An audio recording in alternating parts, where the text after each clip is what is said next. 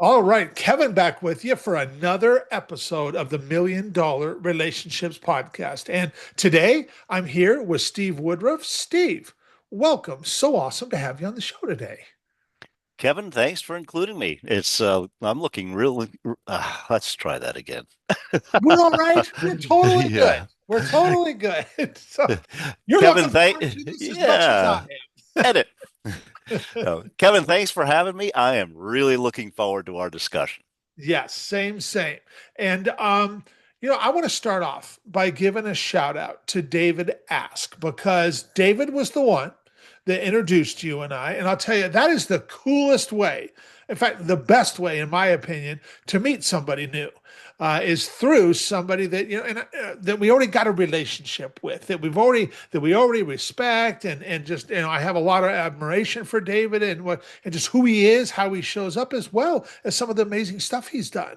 And so when he introduced you and I, and he suggested that we should talk, I was like, man, I was all in. And when you and I did have our first conversation, I don't know what it was like for you, Steve, but for me, it kind of felt like you and I had known each other for years just because of how we got connected and stuff. Yep, And clicked right away. yeah. And so, and what a testament right there to the power of right relationships, which of course is what this podcast is all about. And so what I want to do is I just want to kind of start with you is I want to get a little bit, you know what, let's just start with, who you are, Steve, and how did you get into doing what you now do today? Okay. Well, if things had gone according to my childish plans, you would have met me as a former astronaut because Nice. that's what I grew up wanting to do. But genetically, that wasn't possible because I had really bad eyes. And Okay. back in those days, you had to have 20/20 vision to get into any kind of, astronaut corps. So that Okay. was the end of that. But I still loved and still do love all things space. And I decided to go to college to take up astronomy because, I could wear glasses and still do that. And so, with all good intentions, I went to Vanderbilt University. This Connecticut boy moved down to Nashville Okay. and started in with astronomy and ran head on into calculus and physics. Wow. And that was the end of that dream. Um, Turns out, you can be a smart guy, but if you don't like numbers and formulas, then you're not going to go into astronomy because astronomy is 99.5% physics. And turns out I don't love that stuff. But I discovered that what I really like, what I am always have gravitated toward, is how does the human mind work? How does the brain work? How do words work? How do people communicate? And this has fascinated me for a long time. Didn't know back in my teens or 20s what any of that meant. It was just there.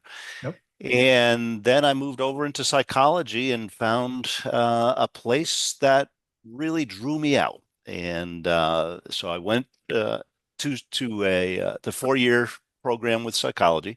Then I was going to go into the ministry, and I studied for 2.5 years for pastoral ministry. Okay. But left that program, didn't feel I was ready, went into business and started out in sales and marketing and worked a lot with imposter syndrome for a long time as a salesperson. I I didn't can totally relate to that. didn't love that at all. But through it all, it was all working with words, selling, writing, everything was words. And that's what got me going. So through a couple of 10-year periods with companies doing sales and marketing and consulting and training, I became more and more convinced that it's all about how clear, how brief, how high impact you can be with words. Okay. So I went out on my own 20 years ago as a consultant, and my key word has been clarity since then. And I've worked with companies and individuals, lots of people on how do you know who you are? How do you know your purpose? And how do you say it? Okay. So Okay. everything is about being clear and Yes. effective with words. Yes. Yeah. You are so right. And I know for me personally, Steve, it took me a while to get that kind of clarity. And I used to say a lot of things. And I ended up hiring a coach who really helped me with my messaging. And just he's like, Kevin, you don't have to try to tell so much stuff. Yeah. You can tell what you do and explain how you can benefit someone with far less words. Yes. And you can just get right to the point and just be. And so now we've got like three little things that we say, and it's like way simpler. And I'll tell you, man, clarity is definitely king. And so, who is your ideal client, Steve?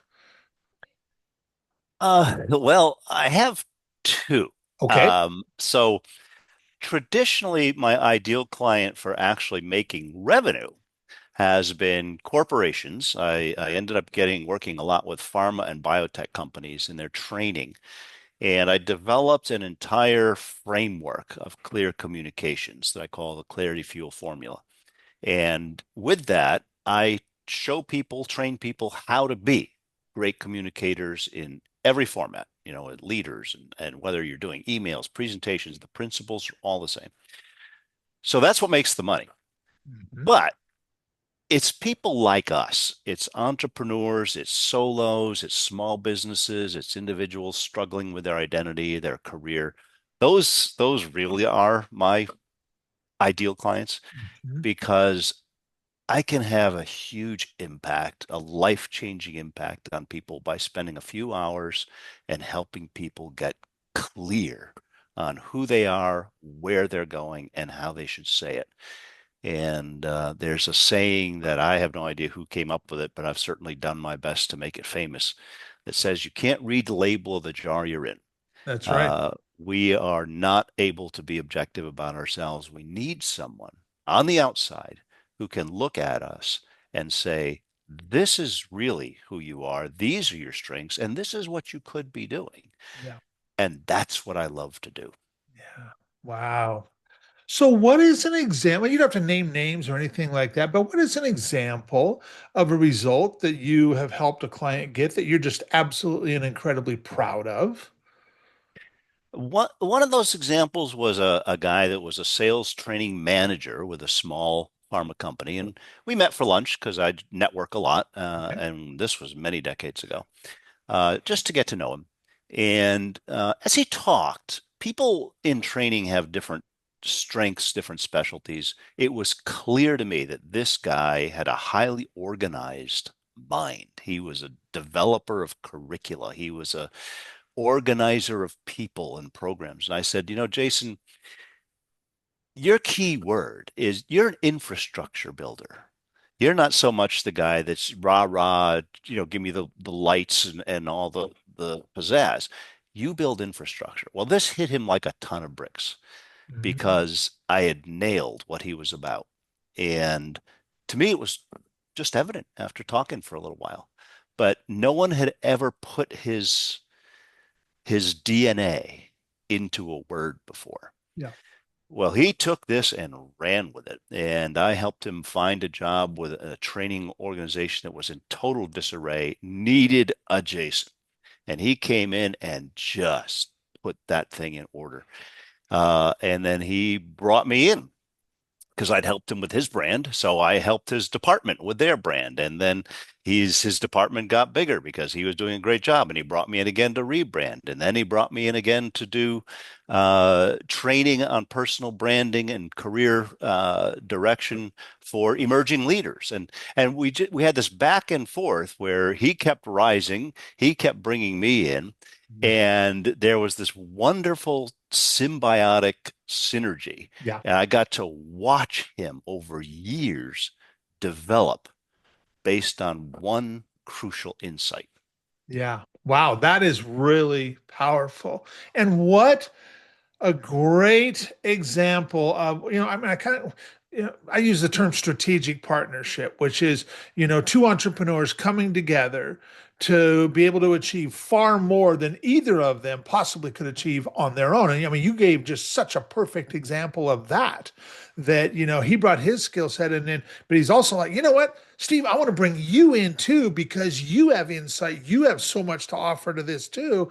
And of course, look at the results that came from that.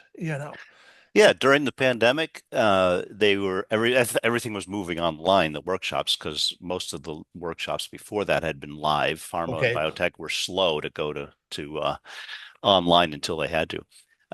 And so they had to run a global emerging leaders program during the pandemic.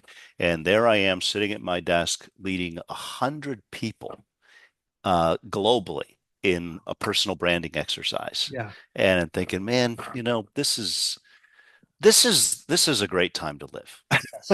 I mean, it really is. It totally is. I mean, I've been an entrepreneur for 30 years. And I remember back in 2004, there was no online video or any of that stuff in 2004. Right, And I would do presentations. I would get people on a conference. It was called a teleseminar is the term for it. right, And I right. did hundreds and hundreds of those over the years. And but man, you look at what is possible now with video, and then we can I mean, we're using Zoom for this conversation right now, and yet we can use Zoom to talk with people around the world in real Yeah, time, and we could get hundreds of people on Zoom too, like you were talking about, and do a presentation. And it really is mind-boggling when you think about it and what is possible today with technology. And it's so, amazing. yeah, It's really amazing. I love the live stuff. There's nothing quite like a live workshop yeah, because you can feel the dynamic, you can create a dynamic in the room, you get people interacting in a different way that does not happen on Zoom or Teams. totally. But on the other hand, you can also reach a whole lot more people a whole lot easier with this. And so some of my later assignments over the past few years have been either pure online or hybrid, combination of Okay. live and online. And it's been great for someone like me that I don't have to go travel, run away for days and fly for hours. Yeah. I can just go to my computer and do my thing. Yeah. Yeah. I mean, I look at that, with this podcast and stuff. We launched this podcast 3 years ago, and we've released over 300 episodes at this point, and I haven't done any of them live. I mean, I'm not in person, rather. I've done all of it virtually, Yep. and if I would have had to travel in person to do all those interviews, that would have been a really big commitment. Oh, geez, yeah. And and so I'm extremely grateful for technology for sure. And so what inspires you most, Steve, about the work that you get to do and the impact that you guys are making? What inspires me is that um, I walk around and I realize that so many individuals, including me for many years, we're kind of half aware of who we are and half aware of what we do. And we're trying a lot of things, guessing a lot of things. And often we don't have this true north sense of who we are and what we ought to be doing. Mhm. And to have the privilege to sit down with one or more people and just by asking a bunch of questions, interviewing, it's really an interview. Uh, so, the magic, and I don't know how God made my mind or why it's this way, but I can ask questions and I can see themes emerge. I can see that person in a totally different way, even if they're a complete stranger, just by the way they respond to questions. And then the most amazing moment, and this is usually about 45 minutes to 60 minutes into the meeting, I hold up a figurative mirror and I put a few key words in and I say, "This is you, isn't it?" And you watch their jaw drop. That there were these ideas in their head, but nobody had made it completely clear. And all of a sudden it's like, oh, you see me Yeah. and I see me. Yeah. And there's no thrill bigger than that for me professionally. Yeah. Because if you can arrive at identity, all the other questions are much easier to answer. Yeah. Yeah. Wow. And what an amazing gift to be able to give to people, you know? I mean, wow, that is so awesome. That is so awesome. Well, okay, so now we've got a little bit of context set here. I'm going to switch gears just a little bit, and I'm going to reiterate the question around relationships that I want to ask you for the benefit of our listeners. So, Steve, have you ever been introduced to a person or persons who completely changed the course of your life or your business, so much so that much of what you have today would not be possible if not for this person or persons? And I'm really excited to hear your story and your experience around this topic of relationships. Yeah. Well, this was an oddball one because during my first 10-year career job, small company, uh, two of us were the key players as far as working with customers Okay. and both sales and service. One of us was better at sales, the other was better at service. But we had split the country in two, and we were both trying to do both. Okay. And a friend of mine, whom I valued for many years, we were close friends. He came in for a while to be a manager in that company, and he looked at the situation and he said, "I don't know why we're trying to make you guys become, good at do good of what you're good at half and what you're not good at half. Let's just let Steve run with sales and Rob run with service because that's what you're good at." Mm. And it was like, holy crap, that makes way too much sense. And that, and then added on later, I read Strengths Finders, and I Oh yeah. realized the whole deal is you got to know who you really are and be put in a place where you can succeed. If you're put in a place like me with physics where you're going to fail, that's not helpful. Yeah. And so that whole idea of putting someone in their strong suit completely revolutionized my view of work and completely shaped the way I work with people when I do clarity. Because when I'm doing clarity, what I'm trying to dig into is, where do you belong? Where do you fit? What are your greatest strengths? What's your superpower? Yeah. You got to know that. Then you can make career decisions. So Yeah. that one friend, he was a friend that became a manager, and that one critical insight really changed the course of my life. Total game changer. Yeah. Yeah. Are you familiar with Dan Sullivan or Strategic Coach at all? Yes. So I met Dan Sullivan, oh my gosh, probably 25 years ago through Joe Polish and stuff. And Dan has this concept called unique ability. And I started learning that from him many years ago. And it's kind of like what you're talking. A strengths finder is, similar tools to helping you uncover your God-given natural gifts and stuff, Right. and what we're just naturally good at. And that was the same kind of that had the same kind of impact on me when I started figuring out what my unique ability, because we all have this.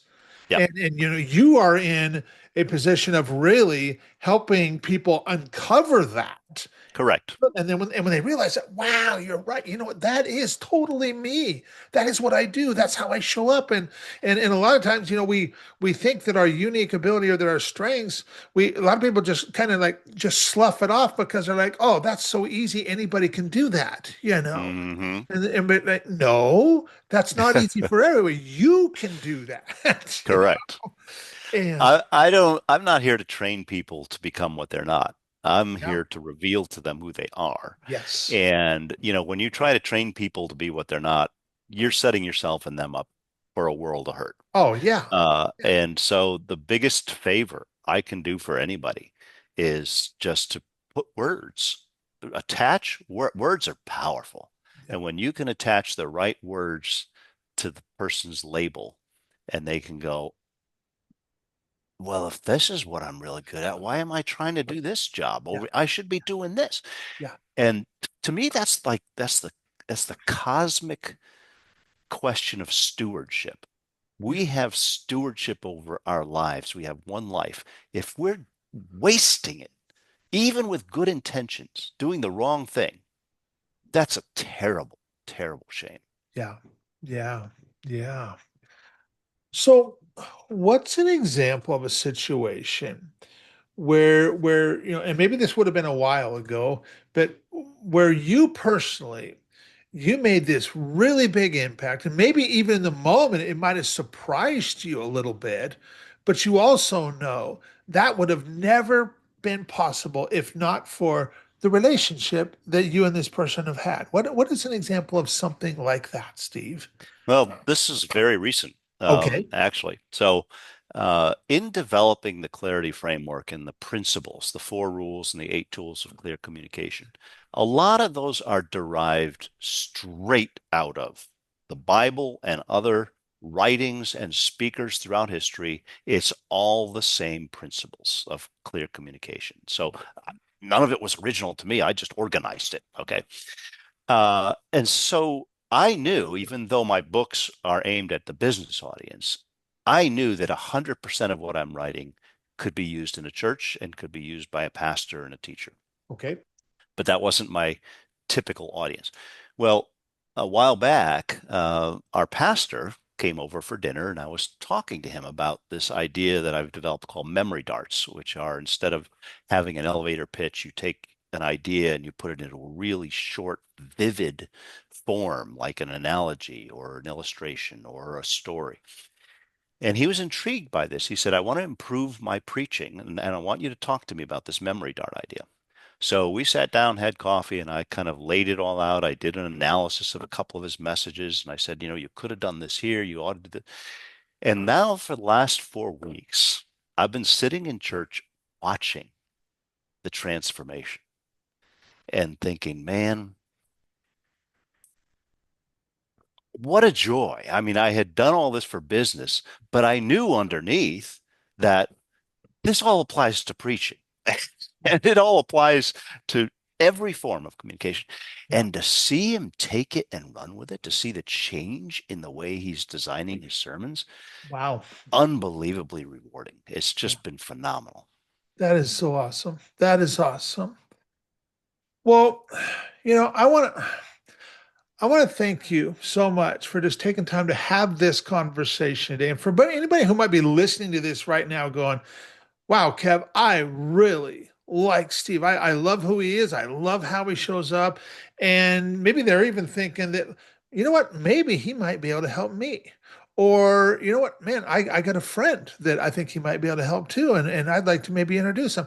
Any websites, any resources we can share with folks that might want to follow up with you? Sure. My company's called Clarity Fuel. If Okay. you put clarityfuel.com, it'll go over to my website, which it'll shift you over to stevewoodruff.com, but Okay. same destination. And then on social media, most of what I do is on LinkedIn. So I Okay. have a newsletter there. I post a lot of stuff about clarity there, and that's been my native network as a business person. Okay. And then on Amazon, I have two books. One's called Clarity Wins, and the other is called The Point. And these are the books that encapsulate the framework that I've developed that anybody can apply for clear communications. Um, the awkward part of this is my first book, Clarity Wins, was all about branding and niches and owning your pigeonhole and Okay. having words around that. And I believe in that firmly. The second book, The Point, is actually a universal framework for clear communication for 8 billion human beings. Anyone can use it, any role, any place, anytime, personal or professional. What's awkward about that is that everybody's my customer now, or potentially. And how do you niche that? Yeah. So the good thing is I can help anybody as long as they're humble enough to want to be helped. The crazy thing is I have no idea, Mr. Clarity, how to message something to 8 billion people Sure. Sure. and how to say, yeah, I can help anybody. Yeah. Got a problem? Yeah, I can help with that. Big Yeah. team, big company, I can help that. Individual, I can do that. 20 something, I can help you. So, but that's just the reality of it. Yeah. And so I just love talking with people and helping them figure out stuff. And I have enough business experience and life experience. I'm 66 years old now that I can take the ideas, words, and concepts and package them in ways that are probably ways people wouldn't think of normally to help someone think, I'm doing this, but I could be doing this. Yeah. And that's the other thing I can often see when I'm talking to someone. I see what they're doing, but I see what they could be doing. Mhm. And often they've never thought of that idea. But Yeah. I'm taking a different view, a much broader view. Yeah. Wow. Wow. Well, I'll make sure that we include that with the show notes and stuff. And any last thing that you feel led to share, Steve, before we call it a wrap? The major thing is, I tell people a lot of this boils down to the first 15 seconds of an interaction. You've Okay. got to earn attention. You've got to earn somebody's engagement. And that means that you have to get to the point, hence the second book, The Point. You have to lead with something interesting and relevant and compelling. So, where I work with people first and foremost is getting rid of the elevator pitch and learning how to introduce yourself, how to answer the question, what do you do, in 15 seconds that guarantees that somebody's going to say, huh, tell me more about that, Mhm. as opposed to the telling and selling of an elevator pitch. Yeah. And if we can get the introductions right in a presentation, a class, or networking, whatever, that's the key to getting somewhere with people. It's the first 15 seconds. And you earlier mentioned the biggest problem, TMI, too much information. We try to throw too much at people. People don't need information. They need to know why they should care Yeah. and why they should be interested. And it's incumbent on us to use the right type of words that draws people in and that helps us make that relationship. So I specialize in those first 15 seconds in particular. And I can sit down with pretty much anybody in 30 and 45 minutes and help them come up with two incredible memory dart introductions that'll make their meeting people so much easier. Wow. Because, nobody wants to hear your monologue. Yeah. They want to hear something like, here's what I do. Yeah. Well, I could have been an astronaut, but I had to settle for being the king of clarity. There you And you go. you Yeah. open with that, and somebody's got to say, "What in the world are you talking about? Yes. Tell me about that." And we're off and running. Yeah. Yeah. That's awesome. That's awesome. Well, Steve, once again, I want to thank you so much for taking the time to have this conversation today. I really appreciate it. Really appreciate you. And I'm excited to get this out there and share this with a lot of folks. So thanks so much, Steve. Oh, thanks for having me, Kevin, and always a pleasure to talk to you. Same.